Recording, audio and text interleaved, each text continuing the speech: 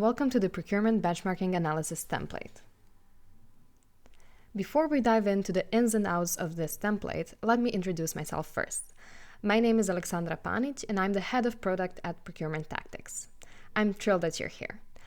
The team at Procurement Tactics has over 20 years of experience in procurement and negotiations, and in this template, we will share important lessons that we learned with you. So let's start. We have been working on providing you with a template for benchmarking your procurement processes, and I will guide you all throughout. In this template, we're going to explore the critical role of benchmarking in procurement and how it can guide you towards making informed, strategic decisions. Benchmarking in procurement is not just a one-off task, but a continual process that helps you stay competitive and efficient. So, what exactly is procurement benchmarking? Formally, benchmarking in procurement is a systematic process where organizations' procurement practices, processes, costs, and outcomes are compared against those of leading companies or recognized best practices within industry or across different industries. Now, let's simplify this for you. If I asked you, what's benchmarking when it comes to procurement, you'd get the right answer if you'd say that it's all about comparing how you buy, what you spend, and how you deal with suppliers compared to the gold standards in your field. In other words, procurement benchmarking is checking if you're doing great already or if there are points for improvement. You look at everything from spending less cash, making buying processes slicker, ensuring that your materials are top-notch quality, making sure that you're being as sustainable as possible, or using the latest tech and innovation. So, why is this important? It points out to where you might be lacking and gives you a map to get better. It's not just about keeping up, but rather finding those sweet spots or saving, like negotiating up with suppliers for better deals or keeping just enough stock. And that gets everybody on board, from raising the standards to making more intelligent moves.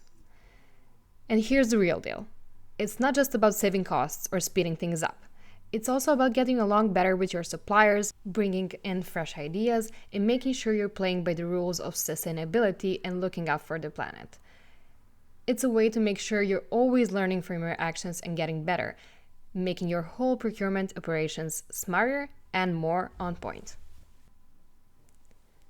So, how do you kick this off? We've got a 9-step guide for you to follow. First step, define your objectives. What is your goal? Cutting costs, better deals with suppliers, or being more eco-friendly? Second step, pick the right metrics. In other words, choose the numbers that will tell you how well you are doing. Third step, collect your current data. Know exactly where you're standing right now. Fourth step, set your goals. What are you aiming for? Fifth step, spot the differences. See where you're falling short. Sixth step, plan your moves.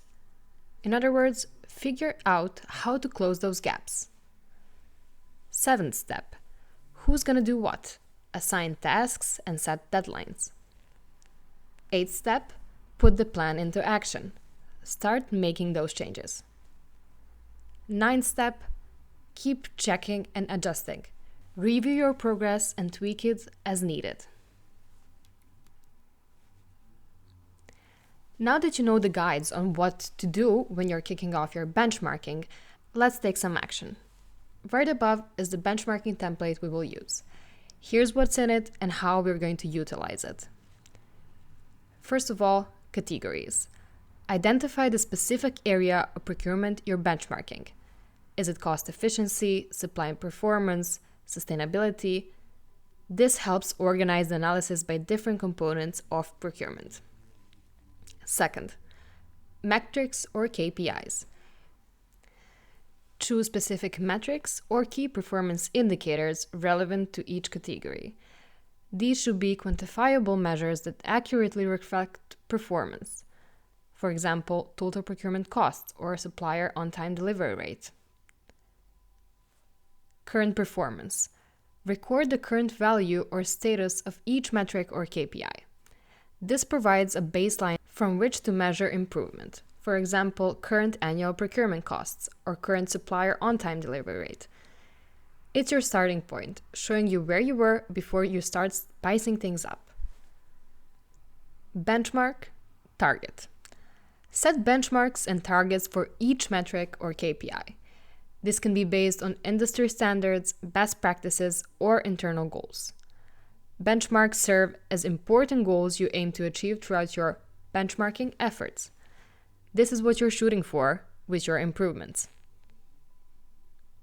Gap analysis. Compare your current performance against the benchmarks and targets to identify gaps. This highlights areas where performance does not meet the desired standards and where there is room for improvement. Recommendations. Now, you're writing down your recipe for getting from good to great. Based on gap analysis, propose actionable steps or strategies to address the identified gaps and improve performance. Recommendations should be specific, actionable, and aimed at closing the performance gaps. Responsibility. Assign a team or individual responsible for implementing each recommendation. Clear assignment of responsibilities ensures accountability and drives action. Make sure everyone knows what they're supposed to be doing. Deadline. Set realistic deadlines for implementing the recommendations. This helps everyone stay on track and makes sure their improvements are happening at a good pace. Here are some tips when using it. Be specific. Pick metrics that really show how you're doing and that you can measure. Engage stakeholders. Involve people from all parts of the process. Your team, your suppliers, and the folks running the show. It gives you a full picture of where you can improve. Use reliable data. Make sure that the info you're using to see how you're doing is up to date and accurate. No one likes stale data. Lastly, set realistic goals. While benchmarks should be aspirational, they also need to be achievable to motivate progress. Now, let's see it in action, shall we? Each segment tells us. First up, let's talk about cost efficiency. We're spending a whopping $5 million a year on our staff, but really, we'd rather keep it closer to $4.5 million. That extra $500,000, we're thinking, why not chat with our main suppliers or see if we can talk to them to make a better deal? It's all about spending smarter, not throwing away the quality or our supply chain under the bus. We've got until mid-2024 to make this happen. Now, on to how we get our supplier performance. Right now, only 85% of our stuff shows up when it's supposed to. We're aiming for 95%. That gap tells us that we need our suppliers to step up their game.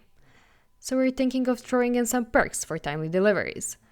Our supplier managers are on it with sights set on getting things up to speed by late 2024. And then there's process efficiency. How long does it take to get an order through? We're dragging our feet, taking 5 days long, more than we'd like. The plan? Let's get techie and automate the heck out of it. This could shave off those extra days, getting us to our 10-day dream. It's all about using smart software to take care of busy work so we can focus on the bigger picture. Quality is next. Our return and complaint rates higher than we want.